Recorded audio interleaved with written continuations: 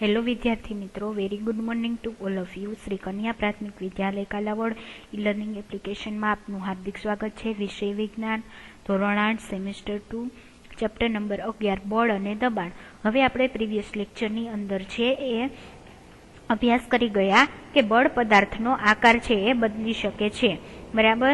એની અંદર આપણે પ્રવૃત્તિ નંબર 11.5 છે એ કમ્પ્લીટ કરેલી હતી. હવે આજે આપણે નેક્સ્ટ ટોપિક જોઈએ 11.6 સંપર્ક બળ, બરાબર. હવે આપણે બળના પ્રકારો વિશે છે એ આ પોઈન્ટની અંદર અભ્યાસ કરવાનો છે. બળના મુખ્યત્વે બે પ્રકાર છે, સંપર્ક બળ અને અસંપર્ક બળ, બરાબર. એની અંદર પણ સંપર્ક બળની અંદર પણ બે પ્રકાર છે, સ્નાયુ બળ અને ઘર્ષણ. જ્યારે બિનસંપર્ક બળના ત્રણ પ્રકાર છે, ચુંબકીય બળ, સ્થિત વિદ્યુત બળ અને ગુરુત્વાકર્ષણ બળ.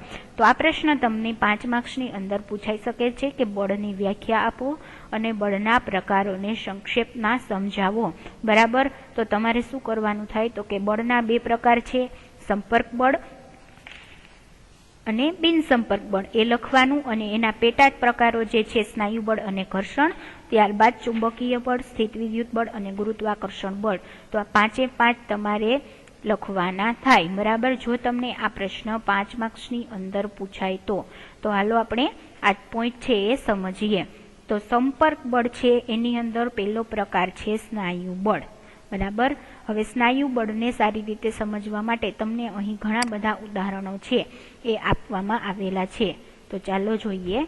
તો કે શું તમે ટેબલ પર પડેલા પુસ્તકને સ્પર્શ કર્યા વગર ધક્કો મારી શકો છો કે ઉપાડી શકો છો, બરાબર. તમને અહીં પ્રશ્ન પૂછવામાં આવેલો છે કે ટેબલ ઉપર કોઈ પુસ્તક પડેલું હોય તો તમે એને સ્પર્શ કર્યા વગર અથવા તો ધક્કો મારી શકો છો, બરાબર. એને સ્પર્શ કર્યા વગર છે ઉપાડી શકો અથવા તો ધક્કો મારી શકો તો કે ના, કારણ કે આપણે એને ઉપાડવું હોય તો આપણે શું કરીએ, એને સ્પર્શ તો કરવો જ પડે અથવા તો એને આગળ પાછળ ધક્કો મારવો પડે, બરાબર. તો આપણે એને ઉપાડી શકતા નથી. ત્યારબાદ તમને બીજો પ્રશ્ન પૂછવામાં આવેલો છે કે શું પકડ્યા વગર પાણીની કોઈ ડોલને તમે ઉંચકી શકો છો, તો કે ના, કારણ કે પકડ્યા વગર છે આપણે કેવી રીતે ડોલને ઉંચકી શકીએ. એવી જ રીતે સામાન્ય રીતે કોઈ વસ્તુ પર બળ લગાડવા માટે તમારા શરીરનો વસ્તુની સાથે સંપર્ક થવો જરૂરી છે, બરાબર. આપણે કોઈ પણ વસ્તુ ઉપર બળ લગાડવું હોય તો એની હારે આપણે વસ્તુ સાથે સંપર્ક સાધવો ફરજિયાત જ છે, નહીતર શું થાય તો કે વસ્તુ ઉપર બળ લાગતું નથી, બરાબર. આ વાતને ખાસ યાદ રાખવાની છે. આપણે આ જ ચેપ્ટરની અંદર આગળ જોઈ ગયા કે વોલીબોલની રમત, ક્રિકેટની રમત, ફૂટબોલની રમત, આ બધી રમતની અંદર આપણે દડા ઉપર શું કરીએ છીએ તો કે બળ લગાડીએ છીએ. તો આપણે શું કરીએ, દડા સાથે સંપર્ક બનાવીએ છીએ. ફૂટબોલની રમતમાં ફૂટબોલ રમતા હોય ત્યારે શું કરે કોચ તો કે પોતાના પગ વડે શું કરે, દડા ઉપર લાત મારે છે અને બળ લગાડે છે, જેના કારણે દડો ગતિમાં આવે છે અને આગળ વધે છે. એવી રીતે હોકીની અંદર શું કરવાનું હોય તો હોકી સ્ટિકથી શું કરે તો કે દડા ઉપર બળ લગાડે છે, એના પરિણામે શું થાય તો કે દડો છે એ ગતિમાં આવે. એવી રીતે ત્રીજું ઉદાહરણ જોઈએ તો કે ક્રિકેટની રમતની અંદર શું કરે તો કે બેટ વડે દડા ઉપર શું કરે તો કે બળ લગાડવામાં આવે છે, જેના પરિણામે દડો છે એ ગતિમાં આવે છે. તો આવા અલગ અલગ ઉદાહરણો જોયા, બરાબર. ત્યારબાદ તમને અહીંયા પણ બે ઉદાહરણ આપેલા છે કે પુસ્તકને ધક્કો મારવો હોય તમારે તો તમારે એને સ્પર્શ કરવો ફરજિયાત છે. એવી જ રીતે કોઈ બાલટી તમારે ઉપાડવી હોય તો પણ તમારે શું કરવું પડે, તમારે હાથ વડે એ બાલટીને પકડવી પડે. જો તમે અને બાલટી વચ્ચે સંપર્ક ન સાધો તો શું થાય તો કે એ વસ્તુ તમે ઉપાડી શકો નહીં અથવા તો એના ઉપર બળ લગાડી શકો નહીં. હવે તમારા શરીરની વસ્તુની સાથે સંપર્ક થવો જરૂરી છે.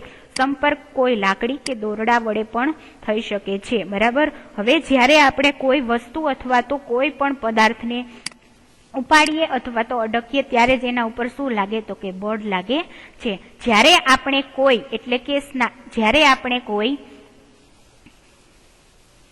વસ્તુ, બરાબર, જેવી કે સ્કૂલ બેગને ધક્કો મારીએ છીએ કે પાણીની ડોલને ઉચકીએ છીએ ત્યારે બળ ક્યાંથી આવે છે. તમને અહીંયા પાછો પ્રશ્ન પૂછવામાં આવેલો છે કે તમે સ્કૂલ બેગને ધક્કો મારો, બરાબર, કે પાણીની ડોલ અથવા તો બાલટીને ઉચકો ત્યારે બળ છે એ ક્યાંથી આવે છે તો કે આ બળ આપણા શરીરના સ્નાયુઓ દ્વારા લાગે છે.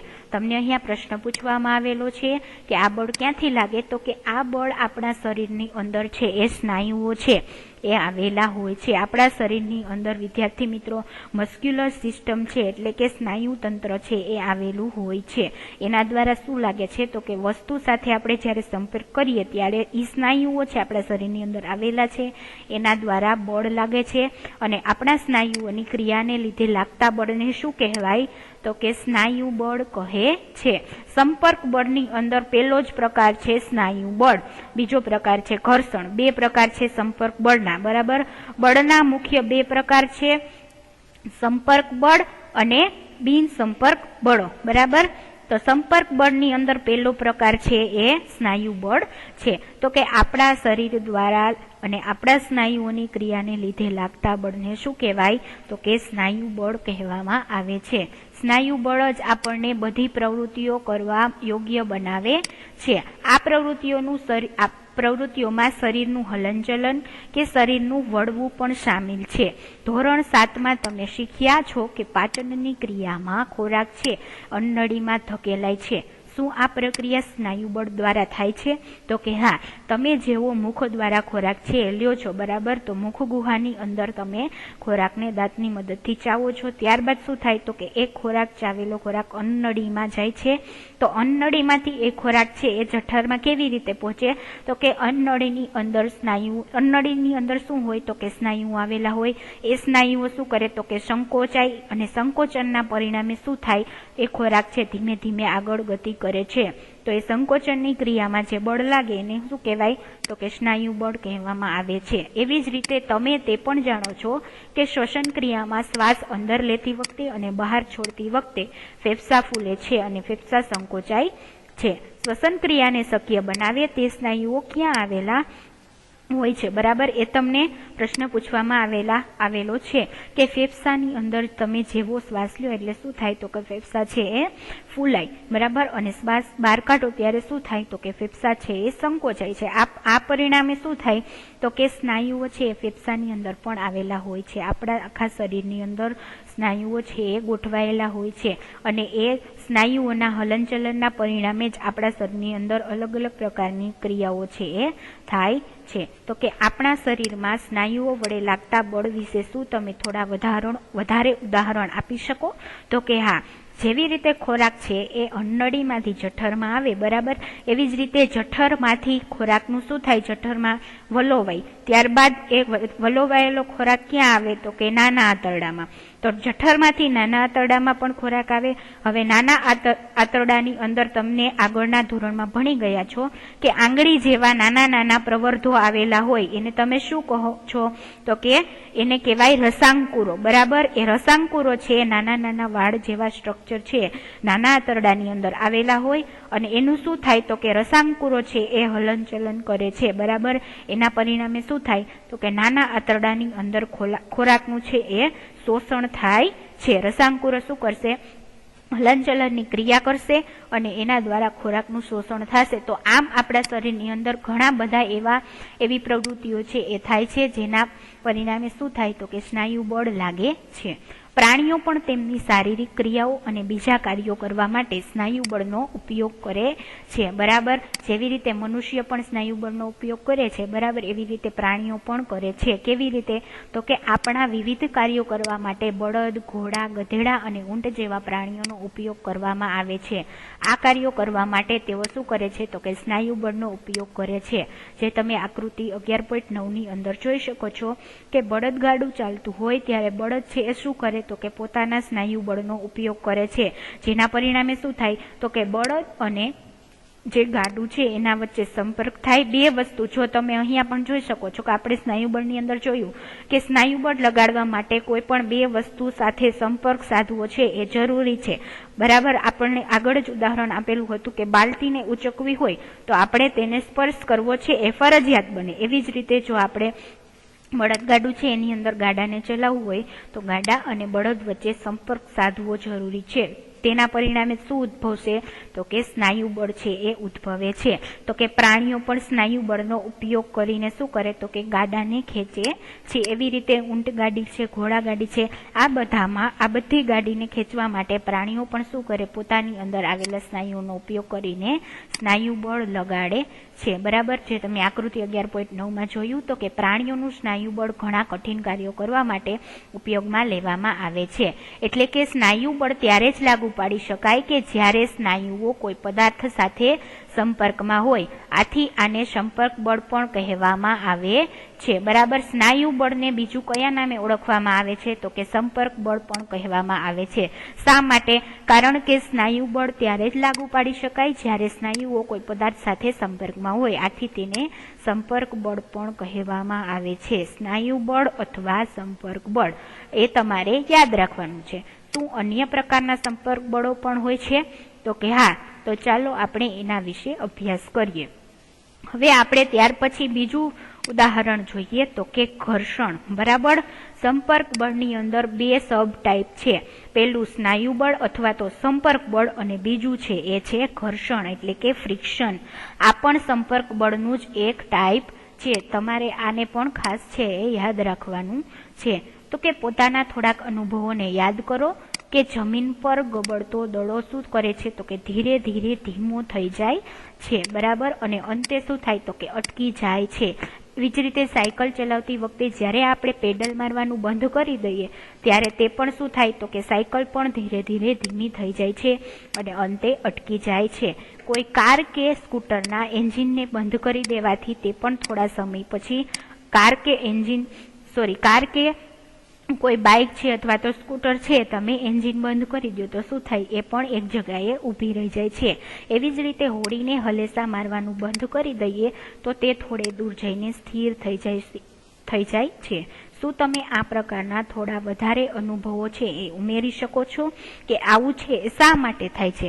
તો કે ઉપરની બધી જ પરિસ્થિતિમાં વસ્તુઓ પર દેખીતી રીતે કોઈ બળ લાગતું નથી, છતાં પણ તેમની ઝડપ છે એ કેવી થાય? તો કે ક્રમશઃ ઘટતી જાય છે અને થોડા સમય પછી તેઓ શું થાય?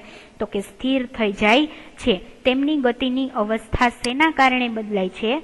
શું તેમના પર કોઈ બળ લાગતું હોય છે? શું તમે અનુમાન લગાવી શકો કે દરેક કિસ્સામાં બળ કઈ દિશામાં લાગતું હોવું જોઈએ? તો કે આ બધા ઉદાહરણોમાં પદાર્થની ગતિની અવસ્થામાં ફેરફારનું કારણ છે એ ઘર્ષણ બળ છે.